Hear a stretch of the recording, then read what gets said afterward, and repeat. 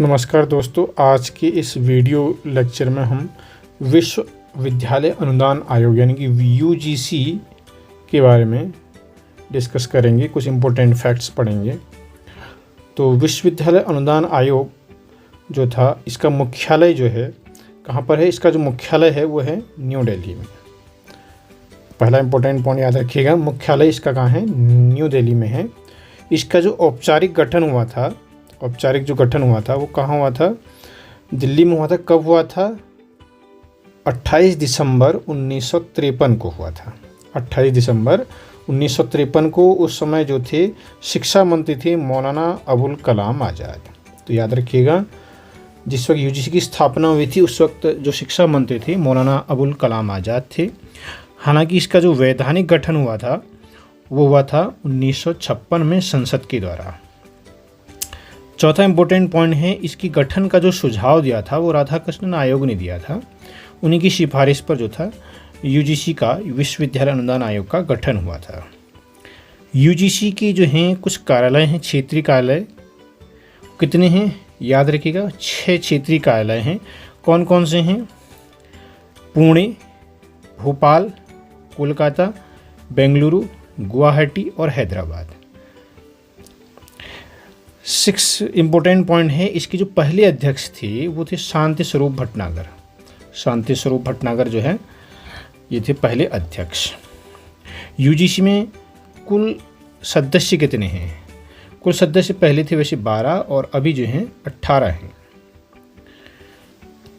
शिक्षा के सुधार के लिए जो था विश्वविद्यालय को ये सुझाव देता है।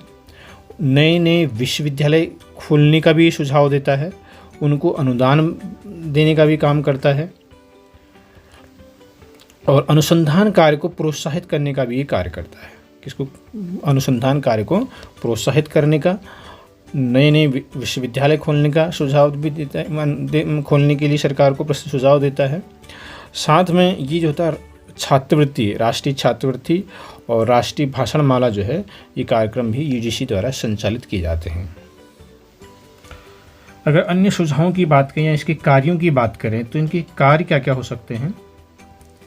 ये जो कार्य है इसका सबसे पहले कार्य होता है शिक्षा को बढ़ावा देना। शिक्षा को क्या करता है? ये बढ़ावा देता है।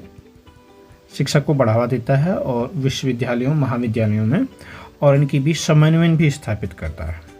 दूसरा इम्पोर्टेंट कार्य है, ये शिक्षा के जो न्यूनतम मानक होते हैं इन मानकों पर नियम बनाता है, जिनको विश्वविद्यालय, महाविद्यालय जो होते हैं फॉलो करते हैं। साथ में इसका जो कार्य होता है, कॉलेजों को अनुदान प्रदान करना भी होता है। अनुदान वितरित करना भी होता है। विश्वविद्यालयों में शिक्षण हो गया, अनुसंधान हो गया, उनके जो मानक होते हैं उनका निर्धारण करता है। संघ और राज्य सरकारों में उच्च शिक्षण जो संस्थाएं हैं उनके बीच जो है एक महत्वपूर्ण कड़ी का काम करता है, एक ब्रिज का काम करता है। किसके बीच? जो संघ हैं आपका, यानी कि केंद्र जो सरकार है और जो स्टेट गवर्नमेंट है, उनके जो आपके विश्वविद्यालय और महाविद्यालय हैं उनके बीच जो होता है एक ब्रिज का काम करता है। 5वां इसका महत्वपूर्ण कार्य है कि जो केंद्र सरकार है या फिर राज्य सरकार है, केंद्र सरकार और जो स्टेट गवर्नमेंट्स होती हैं उनको जो होता है ये आवश्यक सलाह भी देता है। किससे संबंधित? विश्वविद्यालयों में शिक्षा के सुधार से संबंधित जो केंद्र सरकार होती हैं या फिर स्टेट गवर्नमेंट होती हैं उनको जो होता है ये सुझाव भी देता है, शिक्षा, उच्च शिक्षा से संबंधित। साथ में विद्यालयों के संचालन, जो विश्वविद्यालय होते हैं उनके संचालन के नियम भी ये बनाता है। संचालन के नियम भी ये बनाता है। परीक्षा मानकों का भी निर्धारण करता है। किसका निर्धारण करता है? जो परीक्षा मानक होते हैं उनका भी निर्धारण करता है।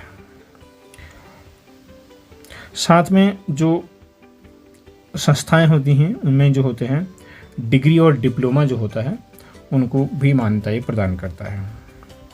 देश भर में कितने आपके जो विश्वविद्यालय हैं या महाविद्यालय हैं वो मान्यता प्राप्त हैं कि नहीं हैं, इनकी भी ये जांच करता है।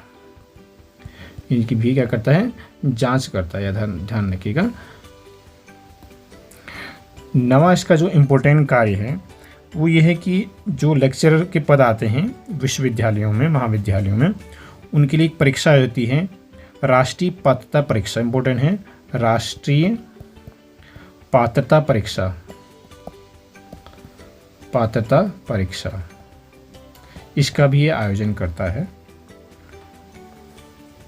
साथ में जो है ये इसका जो 10वां इम्पोर्टेंट कार्य है, जो अंतर्राष्ट्रीय और भारतीय विश्वविद्यालय हैं उनमें शिक्षा पर जो जितना भी डेटा जो है संकलित हो रहा है, कितना डेटा संकलित हो रहा है, इस पर भी ये निगरानी रखता है। साथ में छात्रवृत्ति तो ये वितरित करता ही है छात्रों को।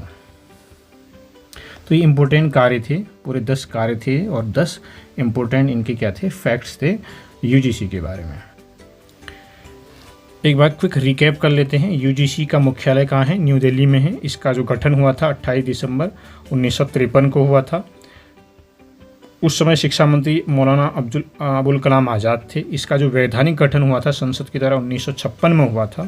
क्षेत्रीय राधाकृष्णन आयोग की सिफारिश पर यह बना हुआ था।